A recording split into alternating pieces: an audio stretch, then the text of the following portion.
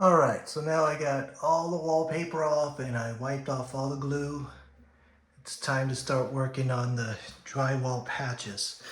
So if you see here, left over from tearing out the vanity, there's some holes in there. And up here, there's some cracks, things like that. We'll have to patch all that up. Take a close look at what we're dealing with, and you can see it is quite the mess when I pulled out the vanity. There's a lot of holes. As big as this hole is, I don't think it's so big that I need to put any wood backing or anything like that. I think just putting the mesh tape and putting a couple layers of the patch will do. There's a lot of holes I need to fill up. Over here where you have stuff coming out, don't try to just put the mud on top of it because things will stick out. What you want to do with this stuff is just try to push it in a little bit, and then you can put the mud on top of it. So like right here, I'm going to start by pushing those in a little bit, all these little things. I'm going to push that in, and so all around here I'm going to scrape everything to make it as even and as flat as possible, and we'll get at it.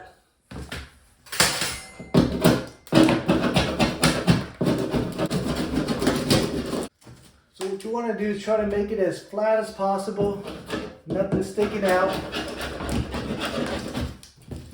You're going to have to get rid of all the paper that's dangling.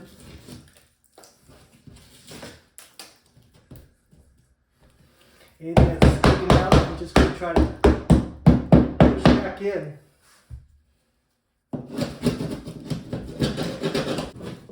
And get rid of all that paper that's sticking up. It's very important. Okay, next up is some fiber tape. I got this at the Home Depot. So you can't just put on the mud right here. It'll fall right through, of course. Put on this thing to give it something to hang on to.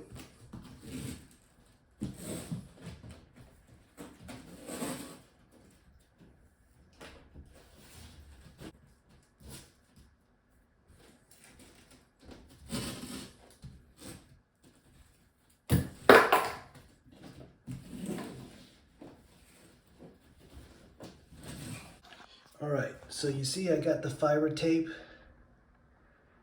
and it goes all the way around to this side. So it just gives the mud something to hang on to. So now I'm gonna get the mud on.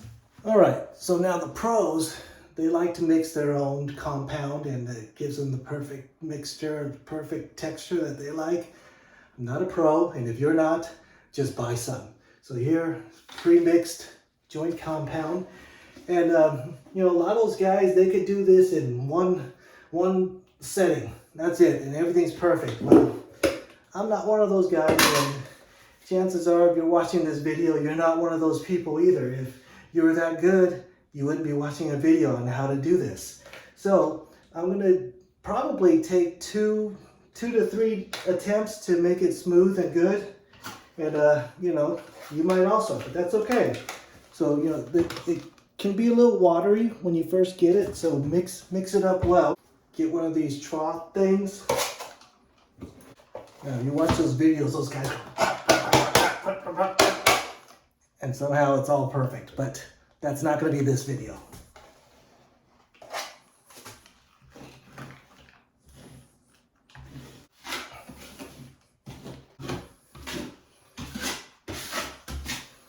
Try to rub it the best you can. Try to keep it flat. Remember that hole that we pounded in? Those are the easy ones. Just run it across, and that's going to be pretty flat. See, that's pretty easy. It's this stuff that's the hard stuff.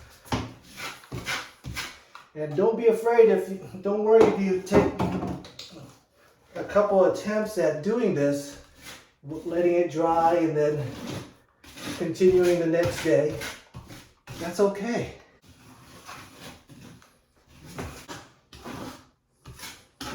Just put I'm just gonna do this knowing that I don't need to be done today. It doesn't need to be perfect. I'm gonna come back and touch it up tomorrow.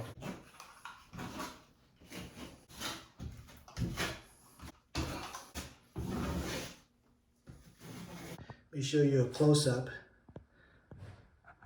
So this is just getting that first layer so I could have some backing to work with. So while that's dry today, I could fill up all these. So all these holes are actually really easy. Just take your knife and just run right through it and it'll be nice and even. These little ones. Just get rid of all that.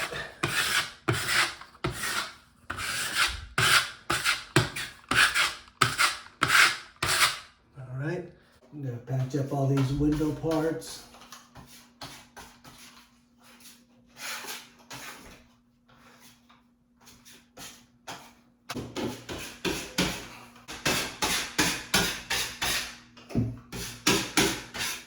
All right, I'm done for today. And remember, unless you know drywall kung fu, you're not gonna get it today.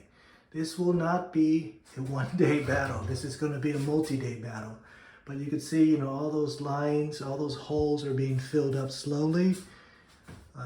All around, every hole that I see, I'm gonna try to fill up and even out.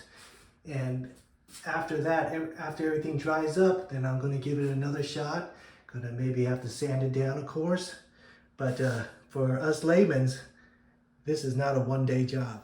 All right, before we get to this, you know, I just want to do some scraping to kind of even out all the edges. That way you're going to have a little less sanding to do. The more even you can get with the spatula, the easier it's going to be when you want to flatten it out. All right, so even if you can't get it perfect today, don't worry. You could get it tomorrow.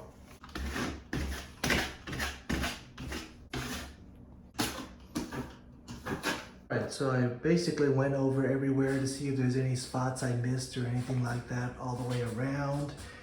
Any holes that, you know, might have sunken in a little bit.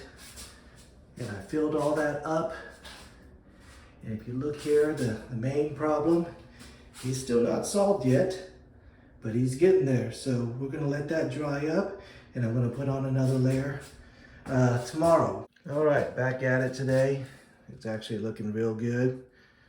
It's getting really close to being flush, and today should be the last day that we need to put some mud on it and then maybe some slight sanding afterwards. All right, so I was trying to avoid buying a bigger knife and just using the same one I already have and not spending more money, but I think I needed to buy a bigger one to make it nice and smooth for something this big. So I broke down and bought a bigger knife.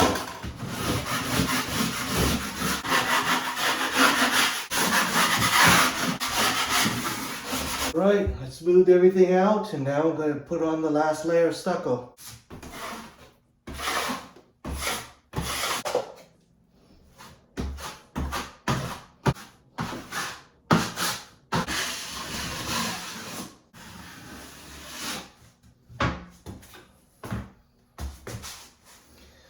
All right, after a lot of tries, I think this will be good enough. And then after that, we'll sand it down and make it all smooth.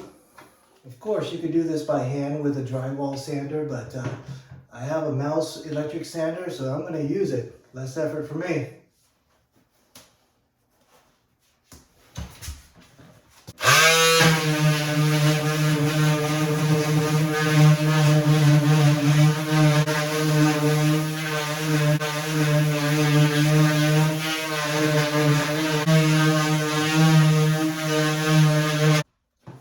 Literally, once the dust settles, you'll see you have a nice, even surface.